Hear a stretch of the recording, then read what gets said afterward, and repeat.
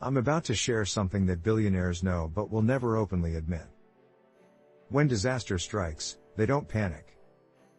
They don't freeze. Instead, they see something the rest of us completely miss. And that difference in perspective is exactly what separates them from everyone else.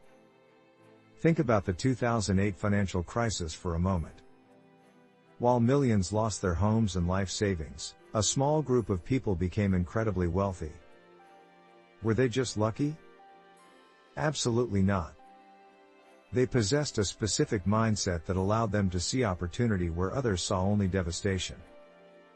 This isn't about being cold or heartless. It's about understanding a fundamental truth about how the world actually works. Every crisis creates a vacuum. Every disaster redistributes resources.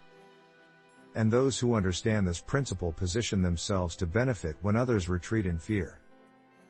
The first attitude that separates billionaires from everyone else is what I call crisis clarity.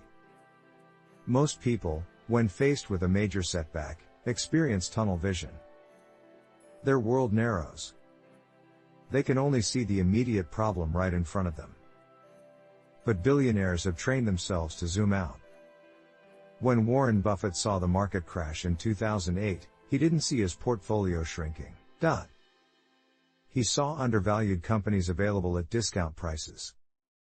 When everyone else was selling in panic, he was buying with confidence. This wasn't reckless gambling. It was calculated opportunity recognition. Here's what crisis clarity actually looks like in practice. Instead of asking "Why is this happening to me?" billionaires ask "What is this revealing to me?" That subtle shift in question changes everything. One question keeps you stuck in victim mode. The other opens your mind to possibilities. Let me give you a concrete example. During the pandemic, restaurants were devastated. Thousands closed permanently. But some restaurant owners saw the crisis differently. They noticed that food delivery was exploding. They pivoted their entire business model within weeks. Some even eliminated their dining rooms completely and became ghost kitchens. Today, many of those businesses are more profitable than they ever were before. The second billionaire attitude is what I call aggressive adaptation. This goes beyond just being flexible. It's about moving fast and decisively when everyone else is paralyzed by uncertainty. Speed becomes your competitive advantage during chaos. Most people wait to see what happens. They want certainty before they act. But here's the brutal truth. By the time you have certainty, the opportunity is already gone. Billionaires understand that in times of crisis, you have to make decisions with incomplete information. Elon Musk demonstrated this perfectly when he bet everything on electric vehicles. The entire auto industry said it was impossible. The technology wasn't ready. The infrastructure didn't exist. Consumers weren't interested. But Musk saw that the crisis in climate change would eventually force the world to change. He positioned Tesla years before that shift became obvious to everyone else. Aggressive adaptation requires you to kill your sacred cows. Those business practices or beliefs that worked in the past might be exactly what's holding you back now. Billionaires have no emotional attachment to old methods. If something isn't working, they cut it immediately without hesitation or regret. Consider how Netflix destroyed its own DVD rental business. They were making massive profits from mailing DVDs. That model was working beautifully. But they saw streaming coming. Instead of protecting their existing business, they cannibalized it themselves. They chose to disrupt themselves before someone else could do it to them. The third attitude is contrarian confidence. This is perhaps the most difficult mindset to develop because it requires you to stand alone. When everyone is running in one direction, billionaires often run in the opposite direction. But they're not just being different for the sake of being different. Contrarian confidence comes from deep research and conviction. It means doing your homework so thoroughly that you trust your analysis more than you trust the crowd. The crowd is almost always wrong at major turning points. Why? Because the crowd operates on emotion and follows trends after they're already established. John Paulson made billions betting against the housing market before the 2008 crash. Everyone thought he was insane. The housing market had never crashed nationwide in modern history. But Paulson studied the data. He saw the unsustainable lending practices. He recognized the bubble. And he had the courage to act on his conviction even when the entire world disagreed with him. Here's what you need to understand about contrarian thinking. It's not about being negative or pessimistic. It's about being realistic when others are delusional. During boom times, contrarians prepare for busts. During bust times, contrarians prepare for booms. They're always positioning themselves for the next phase that others can't see yet. The fourth billionaire attitude is resource maximization. During a crisis, most people focus on what they've lost. Billionaires immediately inventory what they still have and figure out how to leverage it. They understand that resources are never actually scarce. Only imagination is scarce. Let me break this down with a real example. When Airbnb launched in 2008, right during the financial crisis, the founders were broke. They couldn't raise money from investors. Banks weren't lending. So what did they do? They looked at what they had. They had design skills. They created collectible cereal boxes called Obama O's and Cap'n McCain's during the presidential election. They sold them for $40 each and made $30,000. That money kept them alive until they could raise proper funding.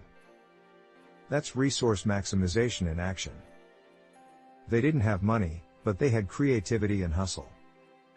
They used what they had to get what they needed. Most people would have given up and gotten a regular job. But billionaire-minded people find a way. Resource maximization also means leveraging other people's resources. You don't need to own everything. You need access to everything. During the Great Depression, some of the biggest fortunes were built by people who controlled resources they didn't own. They used contracts, partnerships, and creative deal structures.